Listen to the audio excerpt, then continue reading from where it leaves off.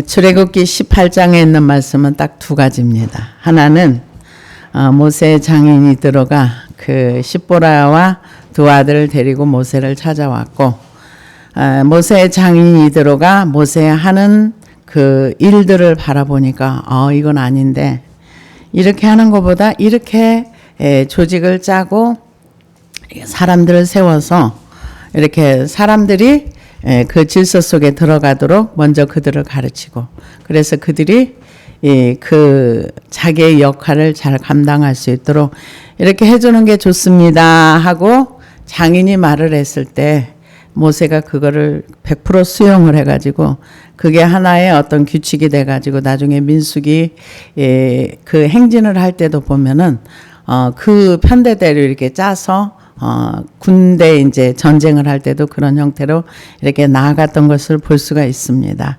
그런데 여기에서 보면은 그 모세의 장인인 이드로가 시내산, 그러니까 그 모세와 그 장인과 그 처가 살던 그 미디안 지역이 아마 고센 땅에서 멀지 않았을 것이다, 이렇게 얘기를 합니다. 그런데 우리가 성경에서 보면은 모세가 그 아내와 더불어서 이렇게 가다가 여호와의 사자가 그를 붙들여서 죽이려고 할 때 이는 피난편이다, 이렇게 얘기를 해서 표피를 던졌을 때 모세를 죽이려고 했던 걸 풀어줬다. 그래서 아마 그 십보라와 그 아들들이 놀래서 아마 그쪽으로 갔을 거다, 그렇게 이제 학자들이 얘기를 합니다. 근데 그 이후에 모세 혼자 애굽으로 갔지 그 아내와 데리고 가지 않았거든요.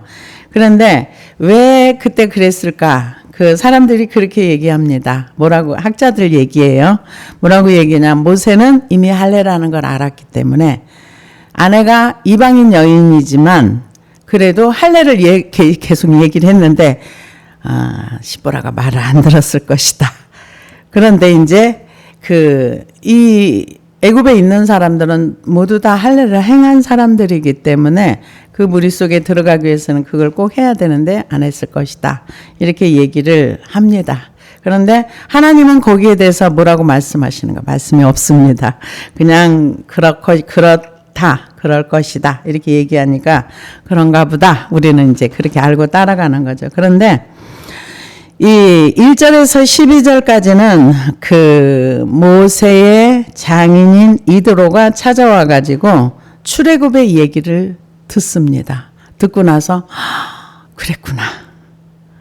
이제 그러면서 신앙 고백을 합니다. 오늘 우리 주보의 제목처럼 이제 내가 알았도다. 누구를? 여호와를. 이드로의 고백입니다. 그러고 나서 13절 말씀부터 27절 말씀까지는 이제 이드로가 지혜로운 사람인 것 같아요. 그래서 이렇게 조직을 개편해 가지고 그들에게 기본적인 걸 가르쳤어. 이렇게 그들이 관리할 수 있도록, 그래야 당신이 지치지 않습니다, 이렇게 얘기를 했을 때 모세가 아이 노인네가 뭘 알아, 알기는 이러질 않고 네, 그러고 받아들여서 그대로 행하는 것을 볼 수가 있습니다. 그래서 이드로라는 뜻은 탁월성 혹은 초월성이라는 뜻으로 제사장의 공식 직함이랍니다. 그리고 루엘은 하나님의 친구라는 뜻으로 개인 이름이고요. 그래서 미디안은 아브라함의 후처인 구드로에서 낳은 아들 중 하나로, 창세기 25장 1절에서 2절이 나옵니다. 하나로 그의 후손들은 주로 아라비아를 중심 무대로 유목 생활을 했고, 이드로는 시내 반도를 거점으로 유목 생활을 하던 미디안 일족 중 한 무리의 제사장으로 추측하고 있습니다. 그래서 루엘이란 이름을 볼 때 당시 하나님에 대한 지식과 신앙은 모두 민족에게 보편적이었다고 볼 수 있는데요. 다만 신앙이 변절되어서 하나님이라는 신에 대한 개념이 범신론, 유물신론, 지역신, 여러 가지로 이제 지역마다 각각 이렇게 달라진 그런 형태였었는데, 미디안 족속이 섬기던 그 어떤 제사장을 의미합니다. 그래서 미디안이 누구냐? 아브라함의 후처. 아브라함의 후처가요, 아들을 6이나 낳았어요.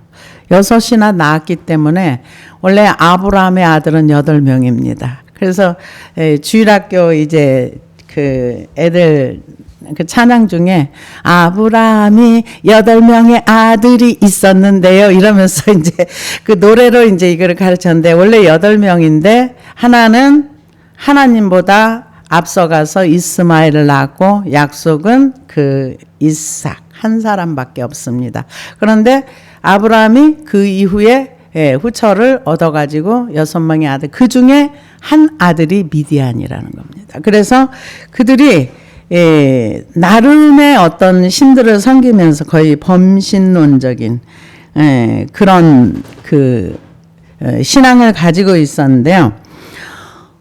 이 미디안 이 사람들이 나중에 하나님한테 혼나요. 어디서 혼나는가? 민수기 22장에 보니까 미디안 장로들에게 이르되 이제 이 무리가 소가 밭에 풀을 뜯어먹은 같이 우리 사방에 있는 것을 다 뜯어먹으리로다 하니 그때 십볼의 아들 발락이 모압 왕이었더라. 그가 사신을 부올의 아들 발람의 고향인 강가 부돌에 보내어 발람을 부르게 하여 이르되 보라 한 민족이 애굽에서 나왔는데 그들이 지면에 덮여서 우리 맞은편에 거주하였고 우리보다 강하니 청하건대 와서 나를 위하여 이 백성을 저주하라. 내가 혹 그들을 쳐서 이겨 이 땅에서 몰아내리라. 그대가 복을 비는 자는 복을 받고 저주하는 자는 저주를 받을 줄을 내가 알미니라. 모압 장로들과 미디안 장로들의 손에 복채를 가지고 떠나 발람에게 이르러 발락의 말을 그에게 전하매. 이게 미디안 장로들이 여기에 낀 거예요. 그 모압 발락의 복채를 가지고 발람을 찾아가는 이 일을 미디안 장로들이 했던 거예요. 나중에 미디안 여자들이 이렇게 자기 신에게 나중에 결국 좋은 일은 하지는 않았습니다. 그랬는데 여기에 보니까 이제 그 18장 1절에 보니까 모세의 장인이며 미디안 제사장인 이드로가 하나님이 모세에게와 자기 백성 이스라엘에게 하신 일, 곧 여호와께서 이스라엘을 애굽에서 인도하여 내신 모든 일을 들으니라. 이게 모든 일을 들었다는 게 뭐예요? 10가지 재앙을 애굽에게 내려서 결국 마지막 재앙을 통해서 이스라엘 백성이 출애굽을 했다. 이런 과정을 소상하게 이렇게 얘기를 했겠지요. 그런 얘기를 들었을 때에 이드로가 그런 여호와이었어? 근데 우리는 그 모세라는 사람을 보면 애굽의 바로를 보면은 사람이 아무리 똑똑해도 하나님을 모르면 죽을 길로 갑니다.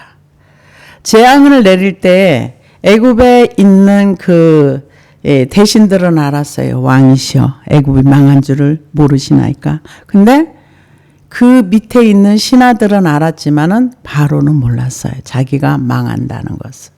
그러니까 자기의 머리로 인생을 살아가는 거는 망하는 지름길로 간다고 보면 됩니다. 그래서 이 10가지 재앙의 얘기를 하면서 하나님이 어떻게 출애굽을 시켰는가를 지금 이드로가 여기로 온 거 보면 그 지역에 소문이 쫙 난 거예요. 그래서 어디까지 났어요? 나중에 여리고성에 있는 라합에게까지 소문이 들렸던 거예요. 그러니까 그 일대에 이 여호와가 이 백성들을 출애굽을 시켜서 이렇게 광야로 끌고 나왔는데 광야에서도 죽지 않고 이 백성이 살아 있어. 이게 세상 사람들한테는 대단한 일이지만 정작 이스라엘 백성들한테는 하나도 안 대단한 거예요. 그게 왜 안 대단하냐 하면은 당연하다고 생각해요. 우리가 하나님으로 받는 은혜가 당연하다고 생각하면은요, 감사가 아예 없어요. 당연하지 않습니다. 옛날에 저는 당연하다고 생각을 했어요. 그래서 힘들면 막 하나님 앞에 성질도 부리고 그랬었는데 참 철없는 행동이었다는 생각을 해요. 그래서 저는 하나님의 성품에 대해서 오래 참음에 대해서 너무 격하게 동의를 합니다. 정말 오래 참아주시고 또 참아주시고 기다려주시고. 그런데 이 우리의 자유의지로 하나님을 섬기고 하나님을 따라가고 이렇게 순종해야 되는 게 맞아요. 근데 저의 삶에 이렇게 하나님이 들어오셔서 역사하신 거 보면은 꼭 그렇지만도 않아요. 하나님이 강권적인 은혜도 있어요. 왜냐하면은 저보고 하나님이 교회 개척을 하라, 그걸 놓고 기도하라는데 거절하고 나서 몇십 년이 지났는데 아버지 교회 개척 기도할까요? 이런 얘기 제가 한 번 한 적이 없거든요. 근데 하나님은 그냥 강제적으로 이거를 이게 돈 가지고 와서 이렇게 하게 하셨으니까 했지, 이거를 내 의지에게만 맡겨뒀더라면 저는 아직도 안 할 거예요. 그래서 우리가 의지로 따라간다고 하지만 그 가운데 강권적인 은혜도 있구나, 이걸 깨달은 거죠. 그런데 이 모세와 함께한 백성들은 하나님의 은혜가 너무 당연하다고 생각했어요. 당연하다고 생각하면 감사가 아예 없고 불평할 일만 나와요. 왜? 하나님을 배우는 게 심심하거든요. 왜 심심합니까? 세상에서는 애굽의 노는 문화, 먹는 문화, 모든 문화가 막 넘쳐요. 그런데 광야에 나오고 나니까 할 게 없어요. 할 게 없어. 근데 하나님이 그들을 만약에 제가 제 생각입니다. 그 만나를 만약에 썩게 하시고 거두고 난 다음에 그거를 치우지 않으면, 만약에 썩었다면 그것만 하루 종일 치우느라고 보일다.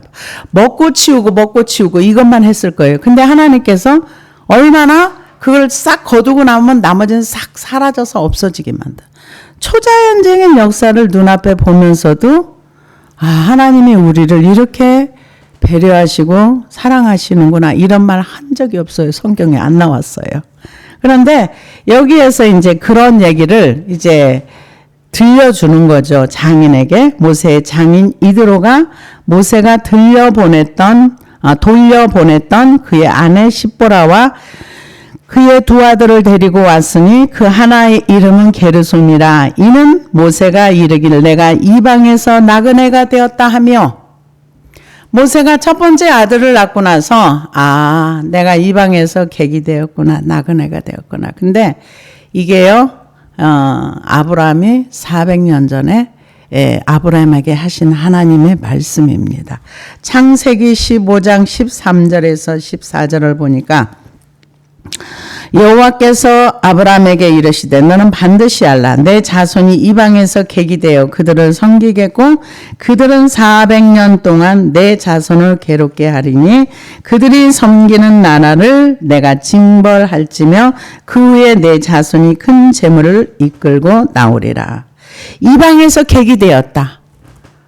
모세가 했던 말이 아브라함에게 하나님이 하셨던 말씀이 아들 게르솜의 이름으로 그대로 나왔습니다. 그래서 하나님은 시건치 아니한다. 400년 전에 하셨던 말씀도 그대로 이루어진다. 그래서 하나님의 말씀이 정말 400년이 지나든 1000년이 지나든 그대로라는 거. 하나님의 말씀을 따라서 순종하는 자에게는 복을 주고 말씀을 거역하는 자에게는 심판과 저주가 있다. 이게 과거에 몇천 년 전이나 지금이나 동일하게 역사합니다. 왜? 하나님은 살아계시기 때문에요. 그래서 400년 전에 이미 400년 동안 내 자손을, 이게 다 성경에 나와 있는 거 그대로 모세가 자기 아들 게르솜 이름을 지었을 때 하나님의 하신 말씀이 그대로 성취된다는 걸 생각하고 지었는지 안 하고 지었는지 우리는 모세를 만나보지 못해서 모릅니다. 그런데 그대로 이렇게 이름이 있습니다. 그래서 내가 이방에서 나그네가 되었다 하며 이스라엘 백성에게 하나님께서 하신 말씀이 성취되었습니다. 하나의 이름은 엘리에셀이라. 이는 내 아버지 하나님이 나를 도우사 바로의 칼에서 구원하셨다 함이더라. 그러니까 엘리에셀이라는 뜻은 나를 도우사 바로의 칼에서 나를 구원해 주셨다. 이제 그 게르솜하고 엘리에셀의 나이 차이가 얼마나 되는지는 몰라요. 학자들마다 견해가 다 다릅니다. 조금 있었다가 그랬을 것이다. 그러는데도 불구하고 자기 상황을 아들의 이름으로 엘리에셀 하면서 하나님이 나를 도와주시고 구원해 주셨다.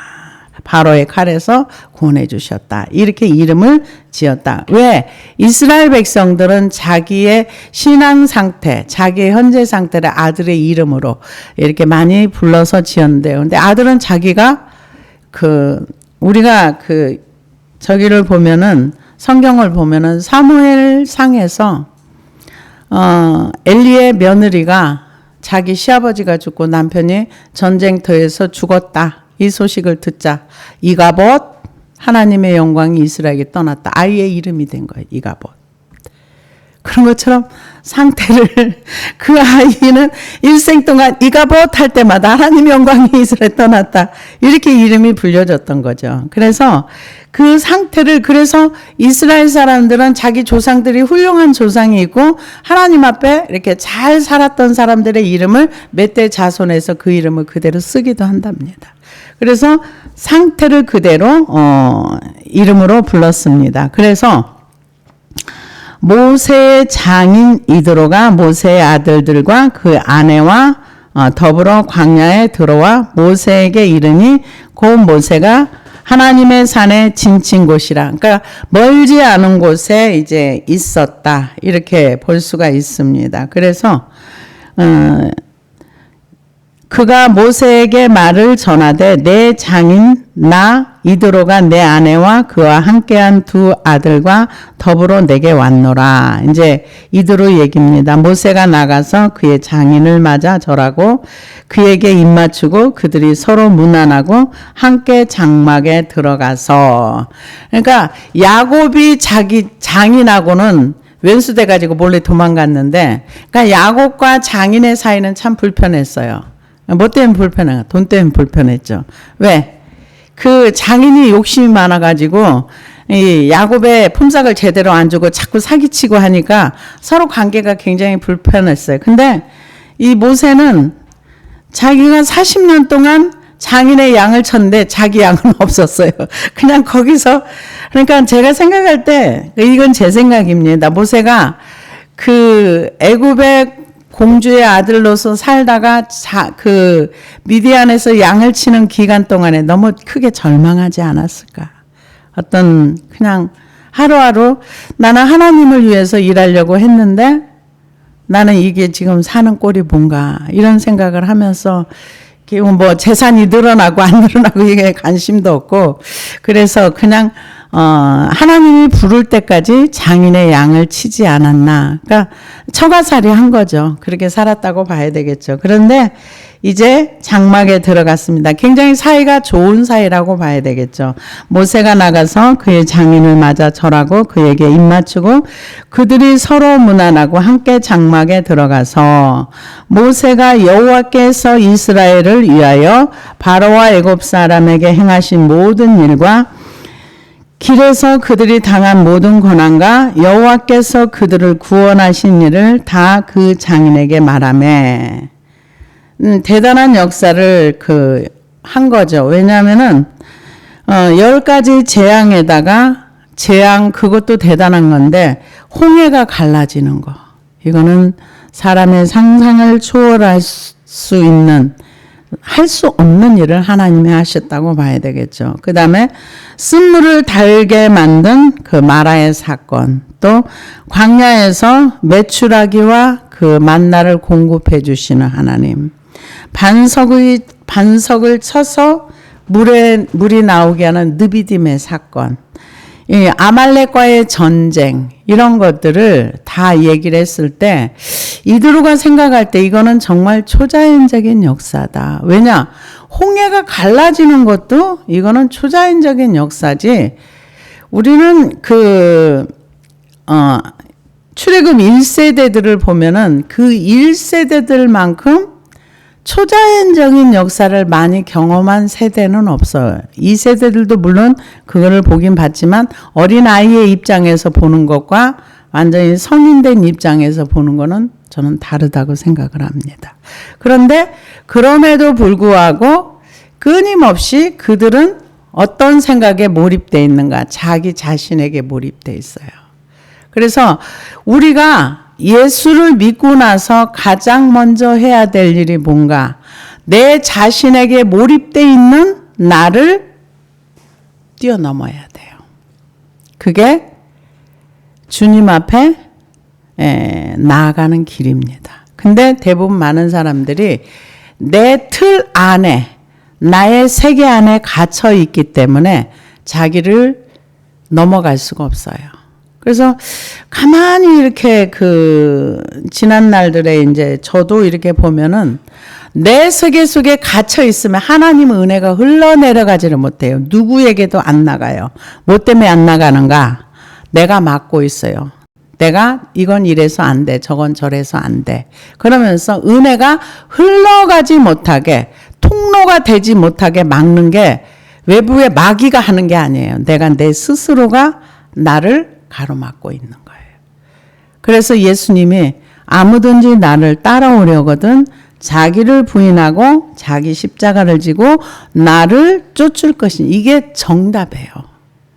이 정답을 따르지 않으면 누구도 주님을 바로 따라가기가 어렵습니다.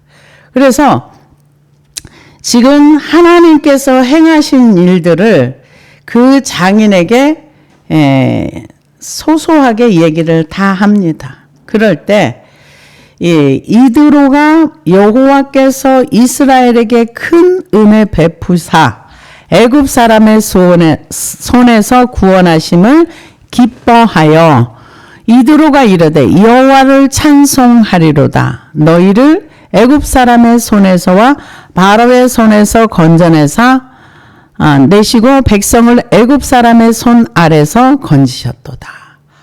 놀라운 얘기죠. 그런데 저는 이 출애굽의 사건을 바라보면서 우리가 구원받고 난 이후에 우리에게 하나님이 요구하시는 게 뭔가? 이 광야에서 하나님이 이스라엘 백성 요구하는 거 딱 한 가지예요. 나를 믿으라예요. 근데 안 믿어요. 그러고는 어디에 집중되어 있는가?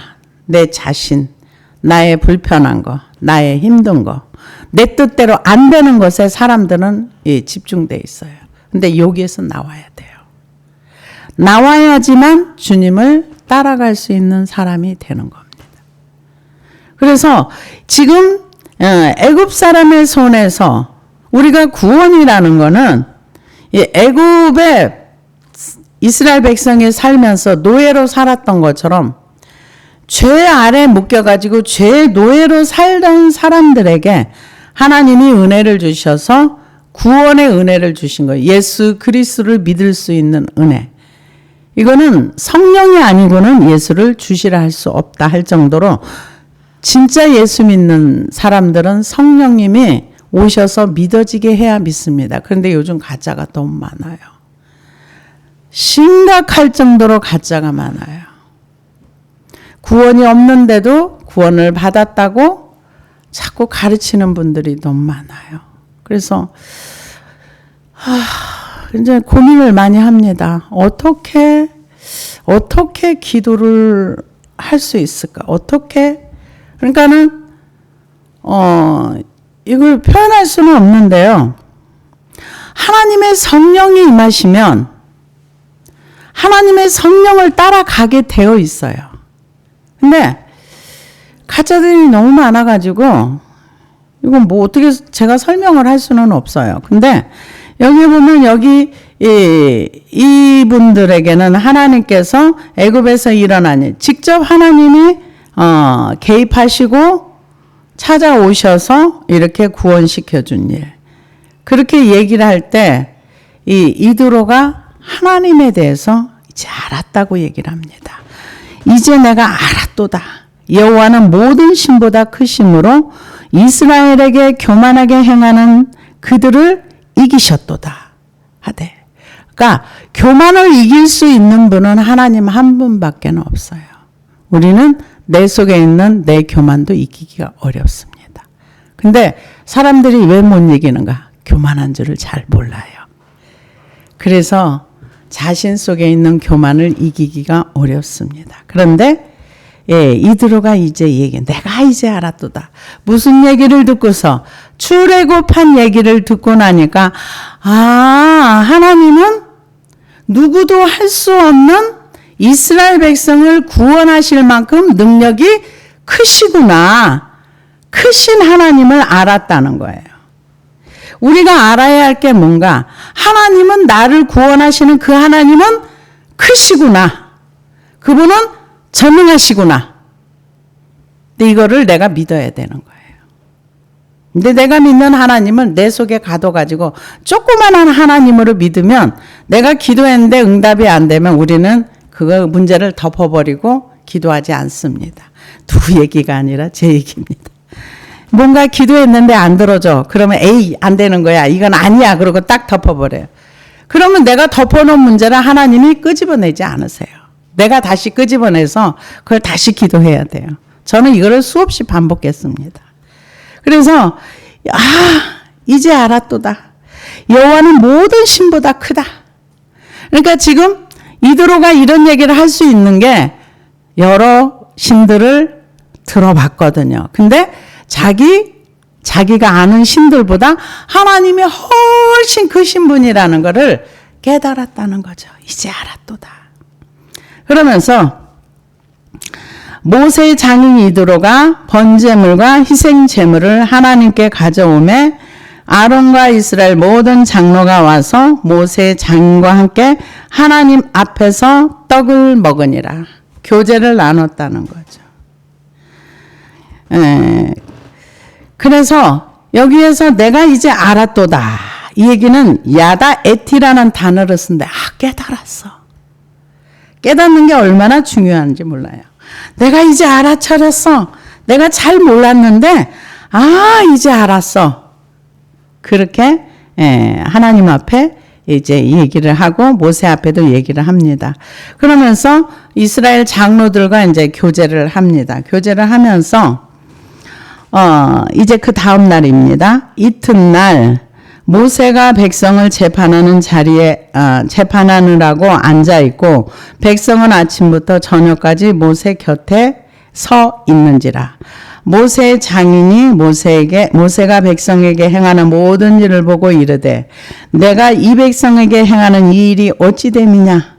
어찌하여 내가 홀로 앉아 있고 백성은 아침부터 저녁까지 내 곁에 있느냐. 모세가 그의 장인에게 대답하되 백성이 하나님께 물으려고 내게 오미라.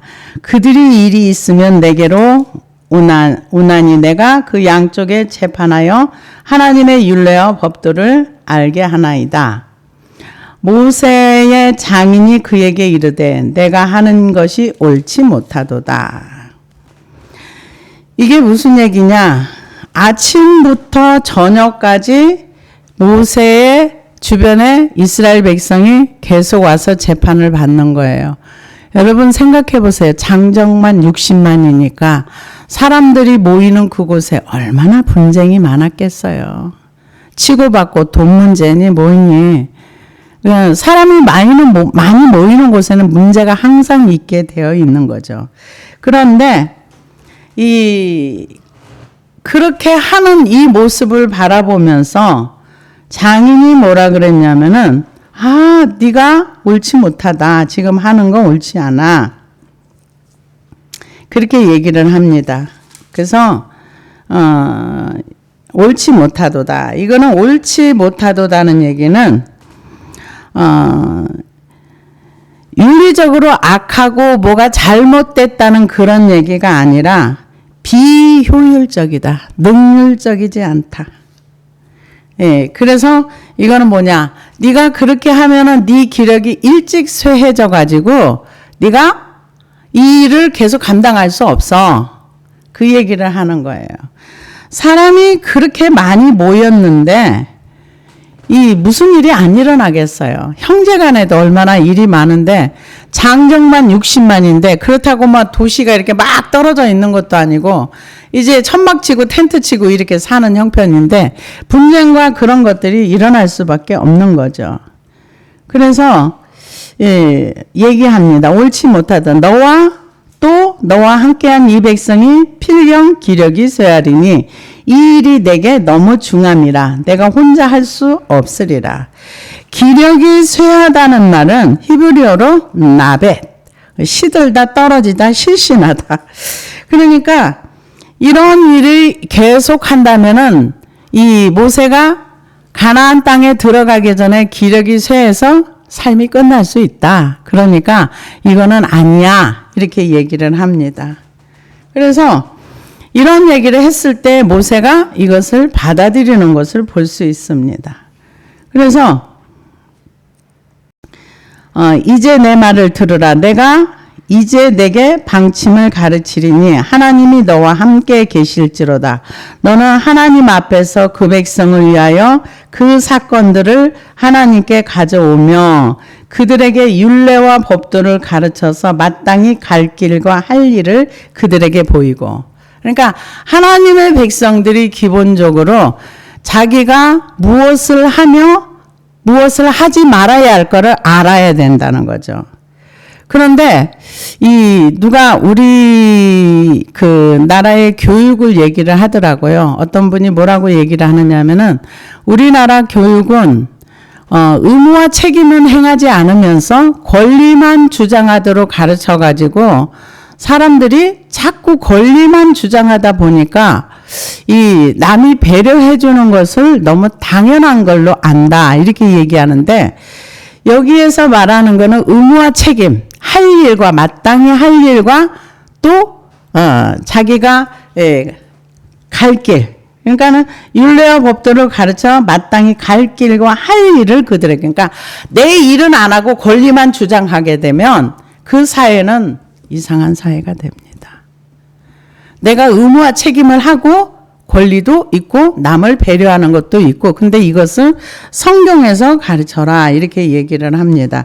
그래서 신명기 5장 1절에서 보니까 모세가 온 이스라엘 불러 그들에게 이르되 이스라엘아 오늘 내가 너희의 귀에 말하는 규례와 법도를 듣고 그것을 배우며 지켜 행하라.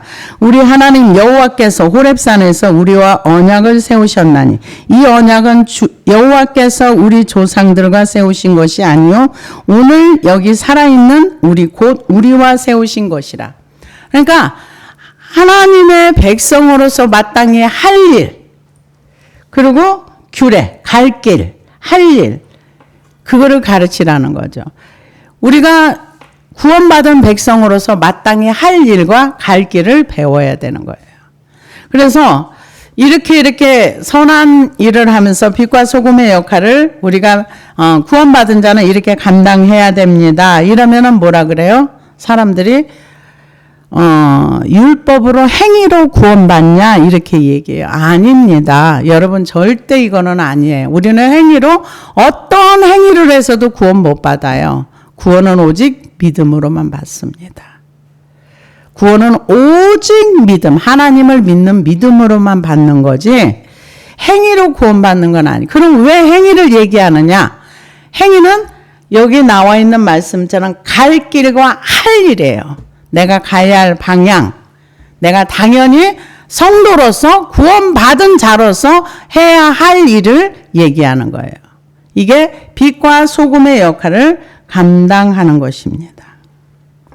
그래서 이제 이드로가 얘기합니다. 뭐라고 얘기하냐면은 그들에게 율례와 법도를 가르쳐서 마땅히 갈 길과 할 일을 그들에게 보이고 근데 요즘 심각한 것 같아요. 아이들에게 마땅히 할 일을 부모들이 안 가르치는 경우가 허다하답니다.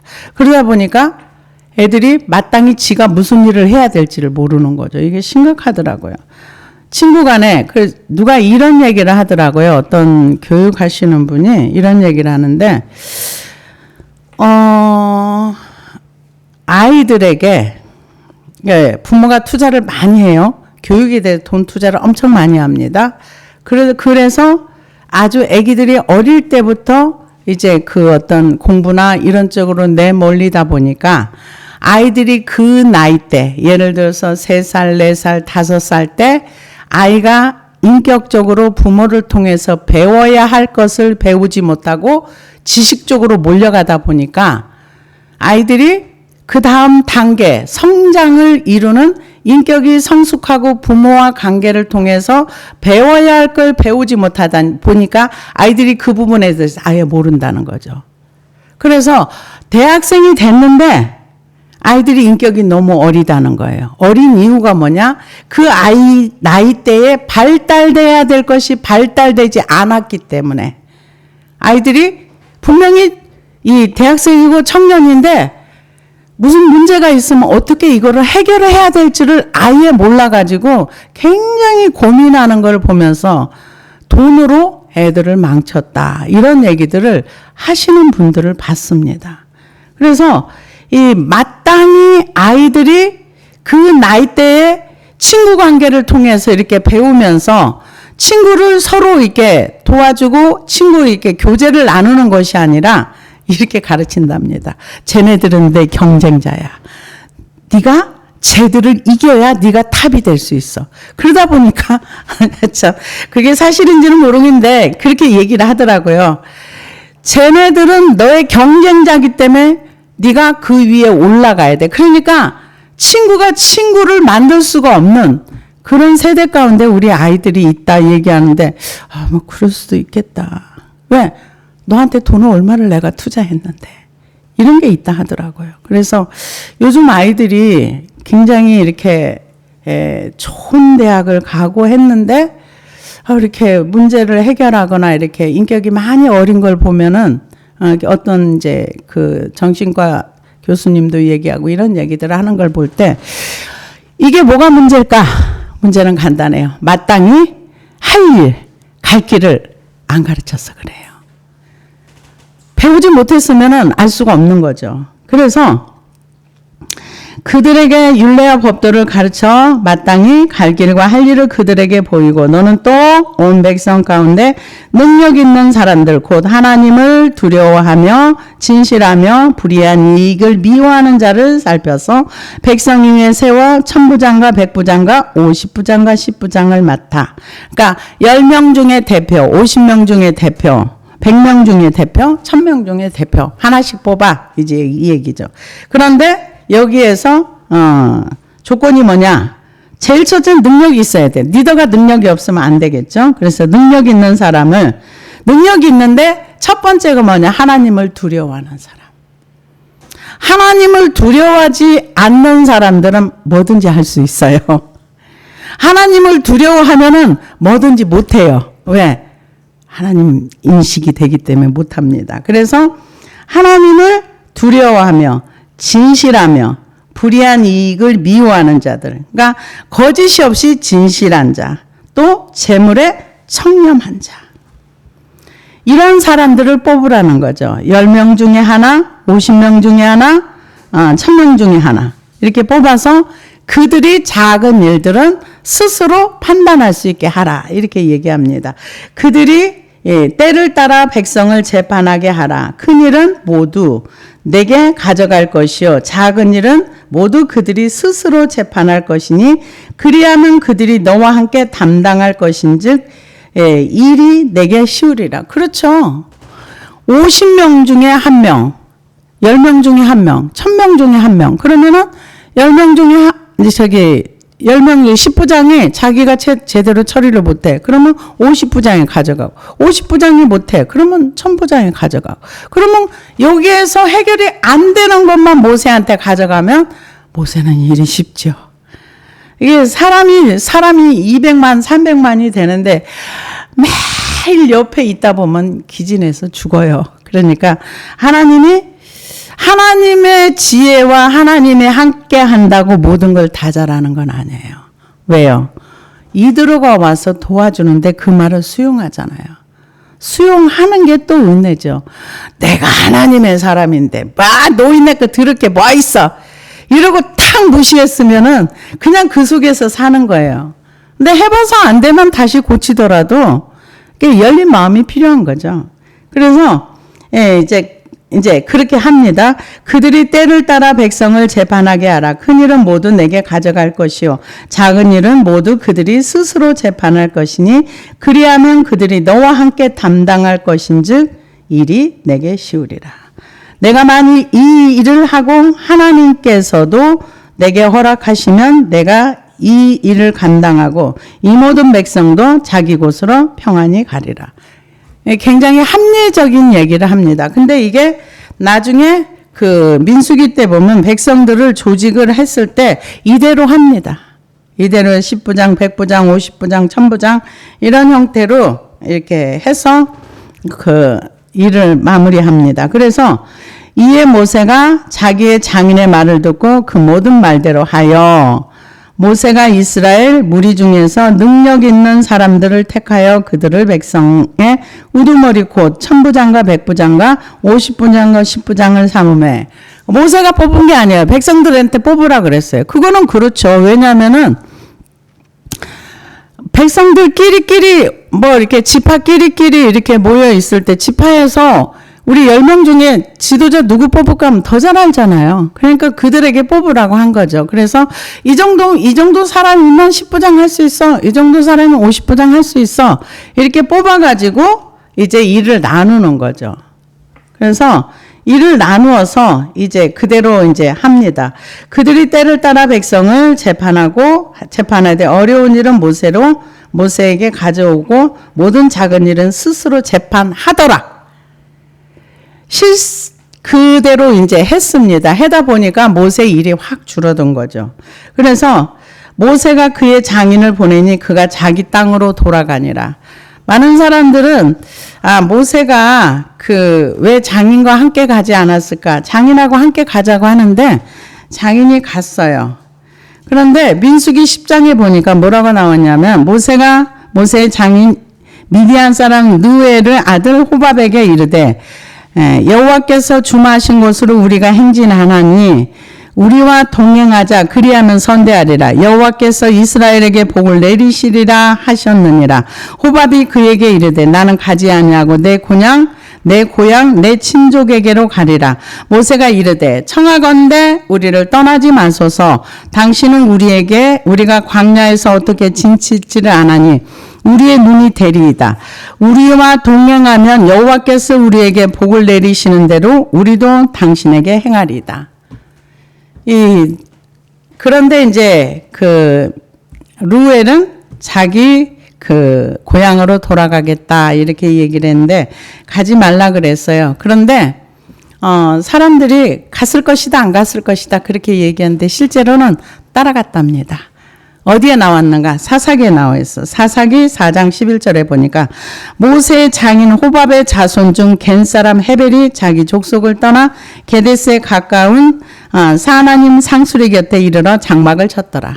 그러니까 호밥 자손 중에 그러니까 같이 있었다는 얘기죠. 그러니까 하나님께서 모세의 장인에게 우리는 생각할 수 있어요. 왜 하나님은 능력이 많으신데 모세에게 직접 말하지 왜 이렇게 장인이 와서 말하도록 그냥 뒀을까? 사람의 지혜도 쓰세요. 지혜를 주신 분이 하나님이시니까. 그래서 하나님께서 이 모세가 혼자서 모든 일을 감당하는 게 힘들어 보이고 하니까 장인을 또 보내가지고 돕는 은혜가 있게 하시는 것을 볼 수 있습니다. 그래서 이걸 바라본다면 모세는 하나님과 직접 소통하고 직접 이렇게 하지만은 사람이 도와줄 때 도움을 받을 수 있는. 그러니까 하나님이 하시지만 옆에서 사람의 도움도 많이 필요하다. 그래서 이 광야를 이드로가 말해준 대로 이대로 해서 나중에 군대 조직도 이런 형태로 조직을 이루어 가지고 전쟁에 나가는 것도 이대로 하는 것을 볼 수 있습니다. 그래서 우리가 출애굽기 18장에 있는 말씀은 이제 모세의 장인이 와서 출애굽한 얘기를 했을 때 모세의 얘기를 듣고 하나님이 이런 분이구나 이걸 깨닫고 믿었다고 봐야 되겠죠. 믿었는지 안 믿었는지 모르지만은 하나님을 찬양했던 것을 볼 수 있습니다. 그러고 나서 이제 모세에게 조언을 해줬을 때 정말 필요한 조언을 해준 것을 볼 수가 있습니다. 그래서 우리도 하나님과 우리가 좋은 관계를 가지고 있어도 사람이 함께해서 서로 도와가면서 아버지를 해야 할 그런 모습을 이렇게 보여준다고 볼 수 있습니다. 기도하시겠습니다.